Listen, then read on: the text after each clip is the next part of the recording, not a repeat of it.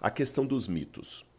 Eu hoje acho que o problema é mais profundo. Por quê? Falando de mito, é muito interessante ler a Ilíada de Homero, mas o pessoal prefere assistir o filme Troia. Não quer ler a Ilíada. Sim. Pô, mesmo falando sei lá, 2.000 páginas? Mesmo falando do mito, o pessoal não quer ler. E está piorando, que agora o filme traz um monte de coisa que não está no livro, que não está no original, muita coisa romanceada, licença poética.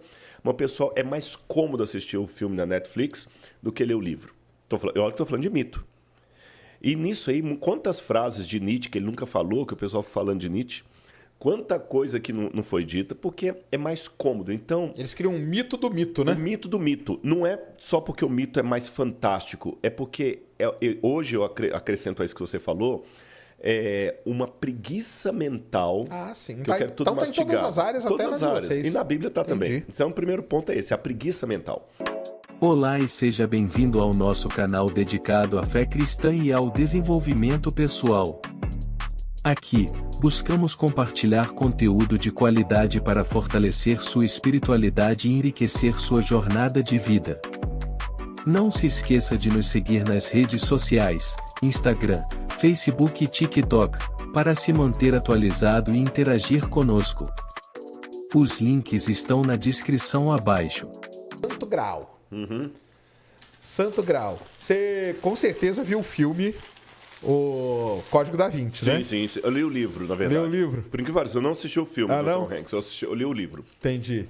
Primeiro, o que você achou do livro? Eu tenho uma ideia meio perigosa daquele livro ali. Não, manda aí. Pode mandar? Pode, ué. Me chamou atenção na época que porque o livro... só um parênteses, muita gente que não conhecia nada pega aquele livro e fala que tudo que está ali foi verdade absoluta, que foi daquele jeito. Eu vou analisar o livro do ponto de vista... Tem muitos anos que eu li. Esse livro já tem uns 15 anos que foi publicado. Acho que é por aí, né? Vou tentar recapitular aqui no Google, da memória, a época. Eu vi tanto erro de conceito histórico no livro que a impressão que passa... Esquece a questão religiosa, eu estou falando assim, uma análise fria, que foi feito de última hora.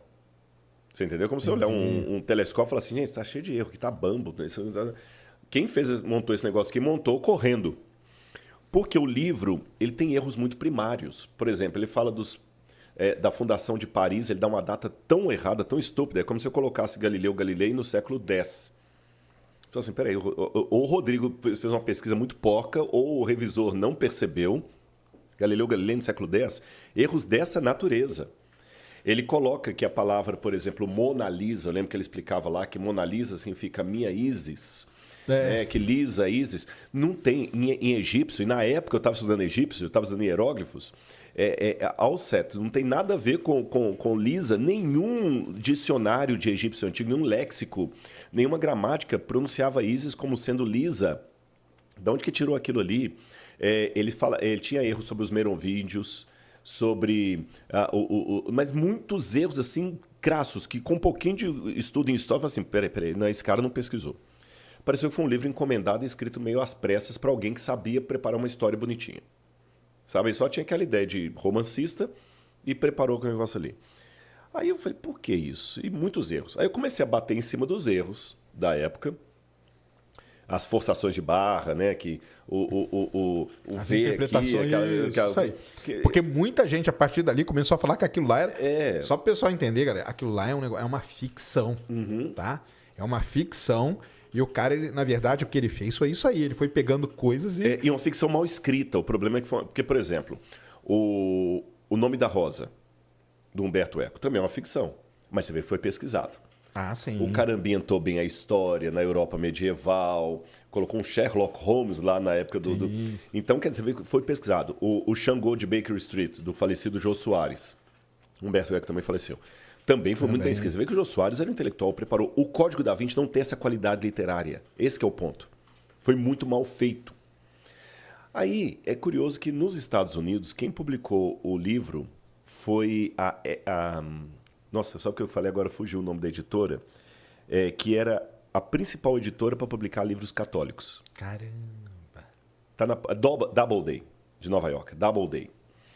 Aí eu fiquei assim, peraí, por que uma editora que tem como principal cliente a Igreja Católica vai publicar um livro contra Contra, isso aí. Aí, conversando com um professor de história na Europa, ele me falou uma coisa interessante, que me botou não posso afirmar. Esse livro surgiu na época que estavam tendo muitas acusações à igreja de escândalos envolvendo padres e crianças. Certo. Então, alguém teria encomendado esse livro para fazer uma cortina de fumaça. Entendi. Todo mundo agora, o escândalo passar, você cria outro escândalo.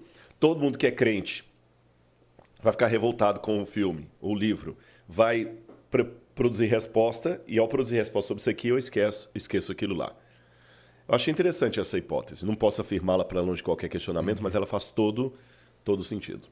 Mas, tá, beleza. Aí você perguntou do Santo Grau, não porque eu falou do Santo Grau, eu lembrei do Código da Vinci, desculpa, porque eles vão atrás acabei do Santo Grau. aqui, perdão. Não, mas tá beleza. O Santo Grau, para quem não sabe... E aí da parte mesmo arqueológica e tudo do Santo Grau. Existe, não existe, como que é? Não, puro mito. A Bíblia não fala nada, o que a Bíblia fala, Jesus fala assim, esse é o meu corpo, tomai dele e aqui está o cálice. A palavra cálice até é uma palavra ruim de a gente traduzir, porque cálice a gente pensa naquele formato medieval, daquele copo que parece até com o copo que o padre usa na missa para celebrar. Não era esse tipo de copo que os judeus usavam. Lá no Museu de Arqueologia do NASP, que a gente está preparando lá, que eu já te falei que você vai ser convidado lá depois da inauguração, claro. Lá eu tenho copos da época de Cristo. Copos romanos e judaicos. E os copos eram uma coisa mais... assim, bem rústicos, eram rústicos. Imagina, já ser um negócio que é feito de barro um buraco exatamente, e pronto, né? E alguns mais sofisticados feitos de pedra, de limestone, calcário. Por causa da purificação dos judeus. Mas não tinha nada, você entendeu? Era um copo normal que os judeus usavam ali na ceia. Não teve nada de especial, a não ser a simbolização que Jesus colocou em cima do rito. Depois, na Idade Média, na época dos Cavaleiros Templários, que começou a ideia da busca do Santo Graal. Isso aí. E vários mitos começaram a surgir da busca do Santo Graal, onde é que está o Santo Graal, o Santo Graal, o Santo Graal. Mas nada disso está na Bíblia. Aliás, uma coisa até que a gente pega, o que seria bíblico e o que seria bíblico é a distância do mito em relação ao texto bíblico. Entendi. E tem muitos mitos. Agora que vem uma coisa muito interessante de se admitir aqui. Você falou assim, olha, eu sou ateu, não entendo nada de Bíblia. Mas você sabia que eu tenho essas pesquisas até naquele livro que eu te dei, O Ceticismo da Fé, que ateus têm tirado maiores notas em conhecimento bíblico do que cristãos nos Estados Unidos e algumas partes da Europa. É mesmo? Por quê? Isso aqui eu estou aproveitando o seu espaço aqui para chamar a atenção daqueles que estão assistindo a gente, que são crentes.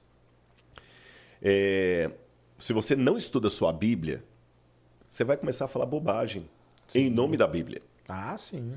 O Chesterton dizia o seguinte, quando você não acredita em Deus, você pode acreditar em qualquer bobagem. Eu vou parafrasear o Chesterton. Chesterton foi um intelectual católico. Se você não é cristão e não estuda a Bíblia como deveria, você também vai acreditar em qualquer bobagem. E Sérgio, eu vou falar uma coisa aqui, mesmo você não conhecendo a Bíblia, você vai conseguir perceber o absurdo das respostas.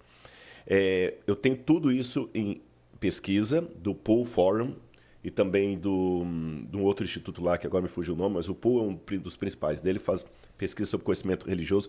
Pena que isso é mais nos Estados Unidos do que aqui. Mas a realidade do Brasil não deve ser muito diferente, não, porque a gente tem pouca pesquisa de campo. Mais de 50% dos entrevistados acreditavam que a expressão Deus ajuda quem cedo madruga está na Bíblia, e não está. Há pessoas que pensam que Sodoma e Gomorra era um casal. Mas aí não. Aí até eu sei que não. 13% de pessoas religiosas, e as pesquisas tabuladas, tá? Nível superior, crianças, tudo, acreditando que Sodoma e Gomorra eram duas mulheres. Tinha gente que não sabia que o Sermão da Montanha estava na Bíblia. Tinha gente que achava que o Evangelho de Tomé é um dos evangelhos da Bíblia. Isso é uma coisa assim, tão absurda. Então, nós estamos vivendo hoje, com muita tristeza no coração que eu tenho que admitir isso para você. E antes que alguém fique revoltadinho aí e mande mensagem mal criada, vamos corrigir a estatística mudando os nossos hábitos, nós que somos crentes. Sim, claro. Nós não podemos hoje dizer que o mundo cristão conhece a Bíblia. Eles conhecem os mitos. Esse, na verdade, é um fenômeno que não é só do cristianismo, não. É isso que eu ia até te perguntar, porque talvez aí, do seu lado, né?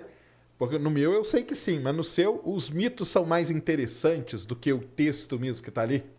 Tipo, eu falar assim, pô, tem lá o Santo Graal, cara. O pessoal atravessou a Europa para ir atrás do cálice, que é onde tava a... Porque isso aí fala, caramba, pô, que história maneira, né, cara? Não, cara, você vai ler, não tem nada disso. Os caras estavam ali sentados, comiam, bebiam, igual a gente faz, igual hoje, tá tudo bem.